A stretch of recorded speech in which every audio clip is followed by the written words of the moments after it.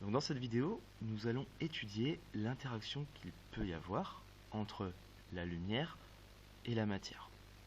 Donc je vous rappelle un petit peu le contexte historique, ainsi que vos connaissances. C'est que pour vous, normalement, la lumière, avec vos connaissances de seconde, vous avez vu que c'était ce qu'on appelle une onde électromagnétique. Donc en 1900, Einstein et Planck ont travaillé sur ce qu'on appelle l'effet photoélectrique. Donc ils sont partis des mêmes connaissances que vous, à savoir que la lumière était une onde. Donc ce qu'ils ont fait comme expérience, c'est qu'ils ont décidé d'envoyer des ondes lumineuses sur un métal. Donc ici ce qui est représenté dans le métal, d'accord, ce sont ce que l'on va appeler des électrons libres, c'est-à-dire des électrons qui peuvent se déplacer sur certaines conditions. Donc le résultat qui était attendu à l'époque, c'est que la lumière étant une onde, elle transporte de l'énergie. L'idée, c'était d'envoyer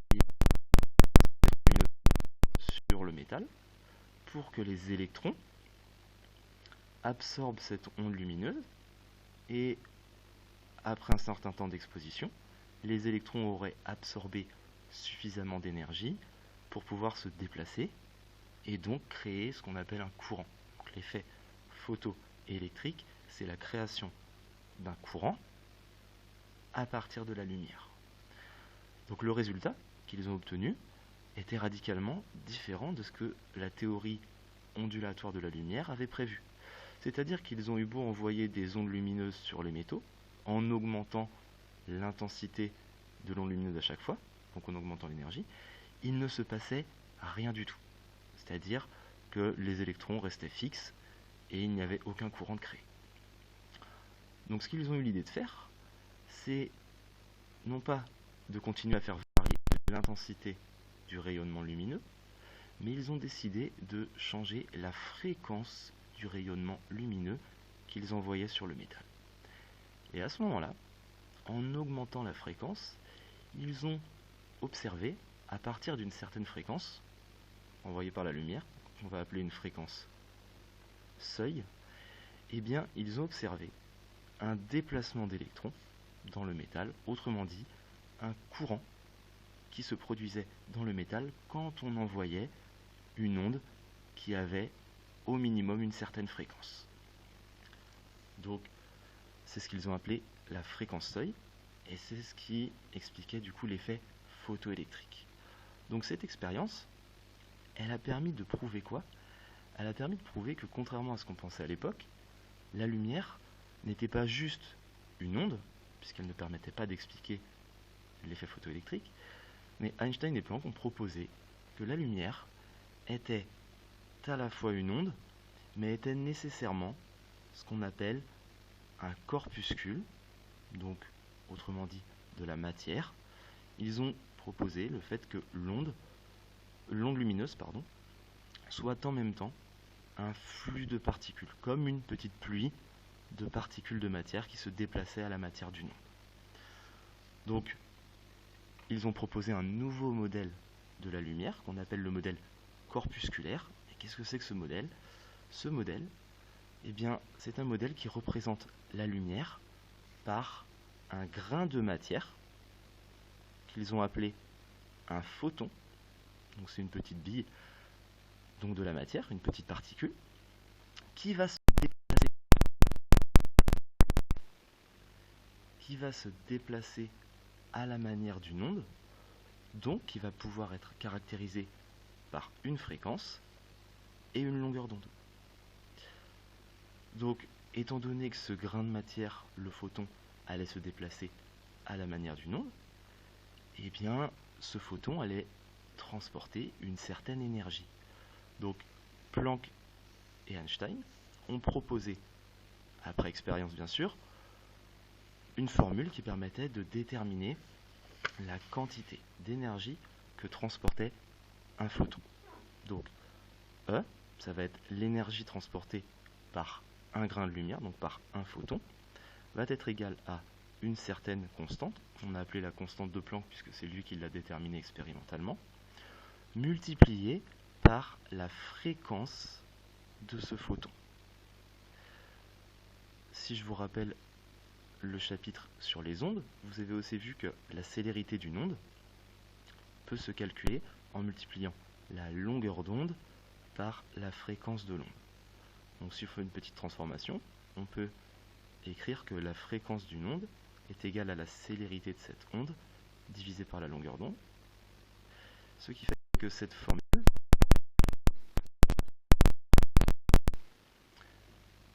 formule peut aussi s'écrire h fois la célérité de l'onde lumineuse divisée par la longueur d'onde de l'onde lumineuse. Autrement dit, la célérité du photon divisée par la longueur d'onde du photon. Donc, si on revient à l'effet photoélectrique, pourquoi est-ce que Einstein et Planck ont proposé cette formule-là, puisqu'elle permettait d'expliquer cette fois-ci l'effet photoélectrique? Je vous le rappelle, il ne se passait rien tant que l'onde lumineuse n'avait pas une certaine fréquence. À partir d'une certaine fréquence dite seuil, les électrons avaient suffisamment d'énergie pour circuler dans le métal et donc créer un courant. Donc, si on regarde ici, en augmentant la fréquence du rayonnement lumineux, donc du photon, eh bien, vous augmentez l'énergie transportée par le photon. Donc, autrement dit, l'effet photoélectrique s'explique par le fait que lorsque une onde lumineuse, donc un photon, a une fréquence assez élevée, il véhicule une énergie suffisante pour déplacer et arracher les électrons du métal et leur permettre de circuler et donc de créer un courant. Alors, maintenant, comment est-ce qu'on va pouvoir expliquer véritablement l'interaction lumière-matière, c'est-à-dire ce qu'il se passe quand la lumière, des petits grains de matière, donc des photons, vont arriver sur la matière et être potentiellement absorbés pour créer l'effet photoélectrique. Alors ça, c'est Niels Bohr qui a proposé une explication à partir de son modèle de l'atome. Donc le modèle de l'atome vu en seconde, je vous le rappelle, vous avez un noyau central avec autour de ce noyau des électrons qui sont répartis sur des couches électroniques qu'on a nommées 1, 2, 3, puisque vous n'avez vu en seconde que les 3 premières couches électroniques de l'atome. Ce qu'il faut savoir, c'est que un atome, on va dire quand il est au repos, quand on ne l'embête pas, quand il est à l'état naturel, va être dit dans son état fondamental. Cet état fondamental va correspondre à ce qu'on appelle une énergie de base qui va être l'énergie la plus basse pour l'atome. Qu'est-ce qui va se passer quand on va envoyer de la lumière sur des atomes, d'accord, donc autrement dit sur de la matière? Eh bien, ce qu'il va se passer, c'est que vous allez exciter votre atome. Comment ça va se passer? L'électron qui est ici sur la première couche électronique, on va dire qu'il est au repos, donc dans l'état fondamental, et bien si vous lui envoyez des photons, de la lumière, vous allez lui envoyer de l'énergie. Il va pouvoir, sous certaines conditions, absorber cette énergie pour faire quoi? Pour passer sur une couche électronique supérieure. C'est ce qu'on va appeler un état excité. C'est-à-dire que l'électron, qui est initialement sur une couche plus basse, donc dans un niveau d'énergie très bas, va être capable, en absorbant de l'énergie, de passer sur un niveau d'énergie supérieur qu'on va appeler un état excité. Donc il va absorber le photon, donc il va absorber de l'énergie pour passer dans cet état excité. La condition qui doit être respectée pour observer ce phénomène, eh bien, c'est que l'énergie absorbée par cet électron, donc l'énergie envoyée sur la matière, devra correspondre exactement à l'écart qu'il y a entre l'énergie fondamentale, c'est-à-dire l'énergie au repos, et l'énergie d'un niveau supérieur. Donc en gros, il faut que l'électron il reçoive pile la différence d'énergie qu'on va appeler delta E entre deux niveaux d'énergie pour pouvoir passer dans un état excité. Autrement dit, pour pouvoir absorber la lumière. Donc, ce passage d'un état fondamental à un état excité, qu'on a représenté ici par le passage d'un électron d'une couche électronique basse à une couche électronique plus éloignée, c'est ce qu'on va appeler une transition électronique. Et cette transition électronique ne peut se faire que si l'électron reçoit la quantité d'énergie exacte entre deux niveaux d'énergie de l'atome. Alors il va pouvoir y avoir deux types de transitions électroniques possibles. Premièrement, on va considérer une transition électronique durant laquelle un électron passerait d'un niveau d'énergie inférieur vers un niveau d'énergie supérieur. Donc, autrement dit, on reprend cet exemple-là, qui est schématisé ici. Là, vous avez le niveau d'énergie E1, qui est représenté par exemple par une couche électronique en verte sur le schéma ici, et le niveau E0 qui va correspondre à l'état fondamental, donc avec une énergie inférieure. Donc quand un électron passe d'un niveau d'énergie fondamentale à un niveau supérieur, ce qu'on va appeler un état excité, c'est ce qu'on appelle une excitation. Donc qu'est-ce qui va se passer? Eh bien ici, quand on va envoyer un photon que je représente, donc un petit grain de matière, qui se déplace à la manière d'une onde. Quand on va envoyer ce photon sur la matière, l'électron va être capable d'absorber ce photon à condition, donc quand il va absorber le photon, bien sûr, il va passer sur le niveau d'énergie au-dessus, mais il va être capable de l'absorber à condition qu'on ait cette égalité. Delta E va représenter l'écart énergétique entre les deux niveaux d'énergie. Eh bien, il faut que l'énergie véhiculée par le photon, qu'on a établi quelques minutes auparavant, donc c'est ici, l'énergie du photon, la constante de Planck fois la vitesse de la lumière divisée par la longueur d'onde du photon, elle correspond exactement à l'écart énergétique entre les deux niveaux d'énergie de l'atome. À ce moment-là, le photon qui est envoyé sur la matière sera absorbé.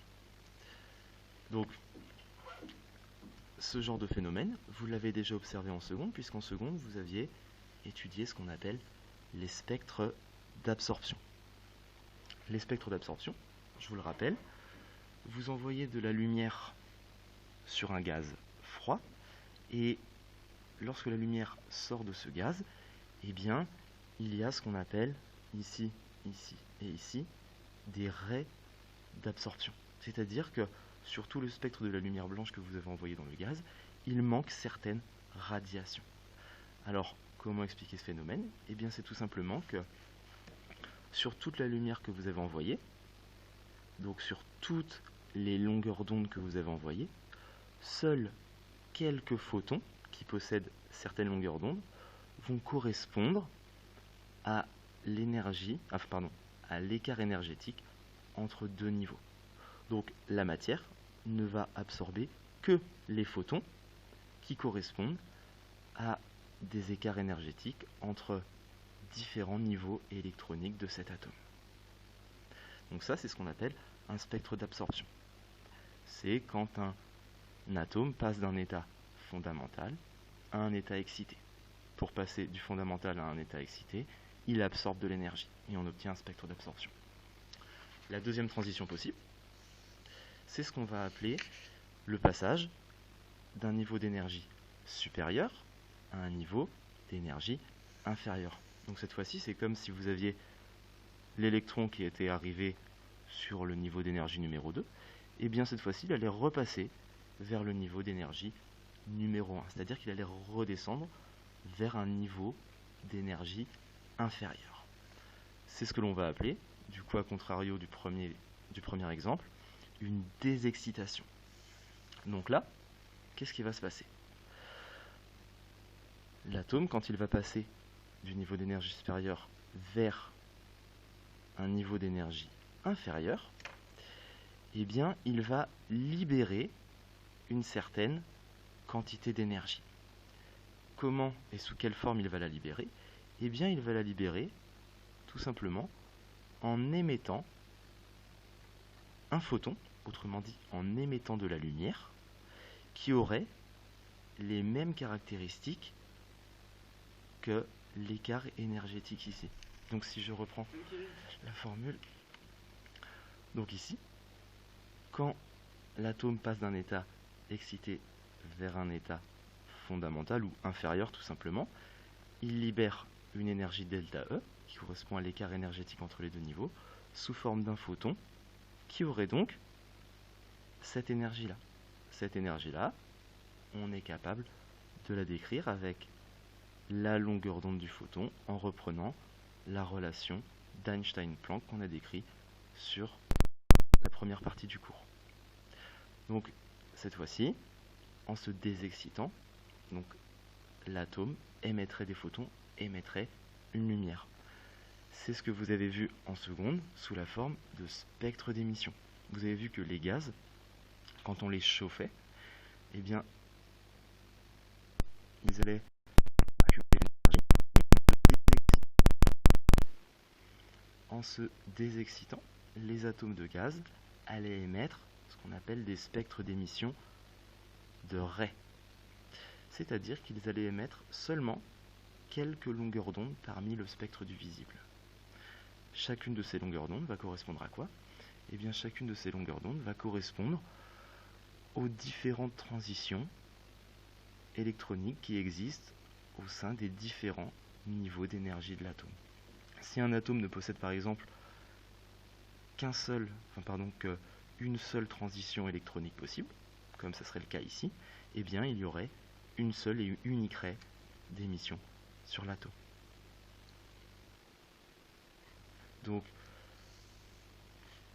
ce type de source lumineuse, c'est ce qu'on va appeler des sources luminescentes. Luminescentes, ça veut dire des sources de lumière dont la couleur ne dépend pas de la température, mais va dépendre uniquement de leur structure, c'est-à-dire des différents niveaux d'énergie que va posséder un élément chimique.